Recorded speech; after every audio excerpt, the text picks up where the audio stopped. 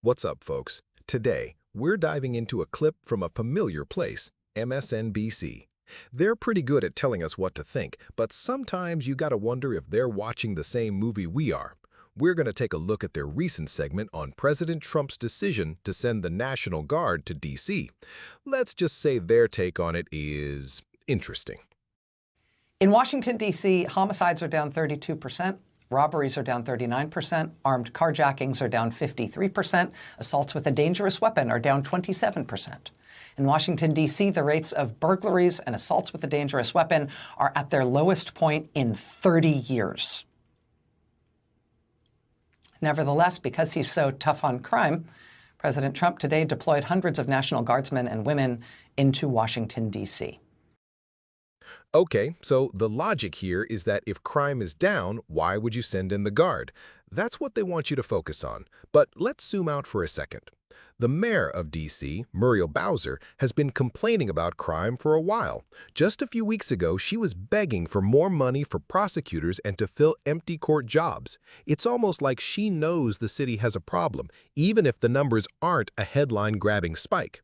Crime can be down, but if the city still feels unsafe or if certain high-profile attacks are happening, people get fed up. It's not just about a raw percentage, it's about the reality on the ground.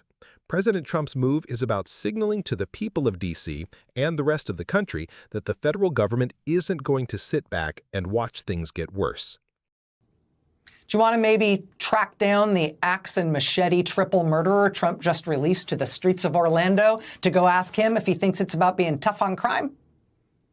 Or you maybe want to pop in to ask Ghislaine at that Bureau of Prisons crown jewel facility that kind of looks like a community college? You want to go ask her? Think it's because he's so tough on crime? Wow, so this is a classic misdirection play. They're trying to pivot away from the D.C. crime issue by bringing up completely unrelated cases that have nothing to do with the National Guard deployment. The implication is that because they can point to two other things they don't like, the D.C. situation must be invalid. But that's a red herring. It's an old debating trick. If you don't like the topic, change the topic. It's meant to distract, not to inform. Let's stay focused.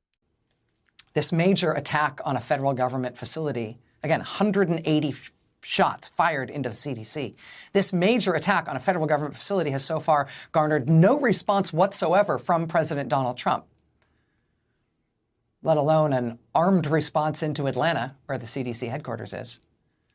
But he did send in the National Guard to Washington, D.C. today because tough on crime, you think? Here they go again, trying to create a false equivalency. The attack on the CDC was a tragedy, no doubt. A police officer lost his life. But it was a lone gunman with a specific ideological motive related to his personal beliefs about vaccines, as authorities have reported. It was an isolated incident that, while horrific, was quickly contained. That's a very different beast from a city where residents feel a general lack of safety due to ongoing crime trends. It's disingenuous to compare the two. You can't just send in the National Guard every time a single person commits a horrible act. That's not how it works. And by the way, the president's health secretary, RFK Jr., did tour the campus and meet with the fallen officer's family, which shows the administration did respond.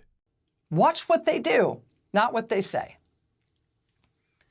He wants U.S. military force deployed on U.S. soil facing inward as a show of force to the American people about what he and the government can do to you.